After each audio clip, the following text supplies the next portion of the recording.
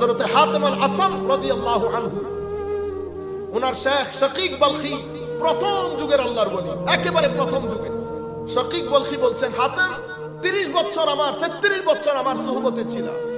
কি শিখেছো আমার সুহবত থেকে বলো দেখি হাতিম। হুজুর 8টা জিনিস আপনার কাছ থেকে শিখেছি, তার মধ্যে একটা হচ্ছে হুজুর আমি দেখি মানুষ রাত দিন লেগে থাকে রিজিকের পেছনে। আমি কোরআন খুললাম, কোরআন আমাকে বলছে ওয়ামা মিন দাব্বাতিন ইল্লা আলাল্লাহি রিজকুহা, পৃথিবীতে যা কিছু চলাচল করে সবার রিজিক আমার হাতে। আমি চিন্তা করলাম যতই দূরই রিজিক তো আল্লাহর হাতে। আমি কি করলাম, আমার সময়টাকে ভাগ করে আমি সারাদিন রিজিকের পিছনে না লাগিয়ে আমি পরকালের পেছনে কিছু জিনিস লাগালাম এবং এই কাজে আমি আল্লাহর উপর তাওয়াক্কুল করলাম। তো মসজিদের এক কোণায় দাঁড়িয়ে ইমামে আজম এক পা তুলে আরেক পায়ের উপর দাঁড়িয়েছে, ডান হাত দিয়ে দাড়িগুলোকে এভাবে ধরেছে মুষ্টি করে।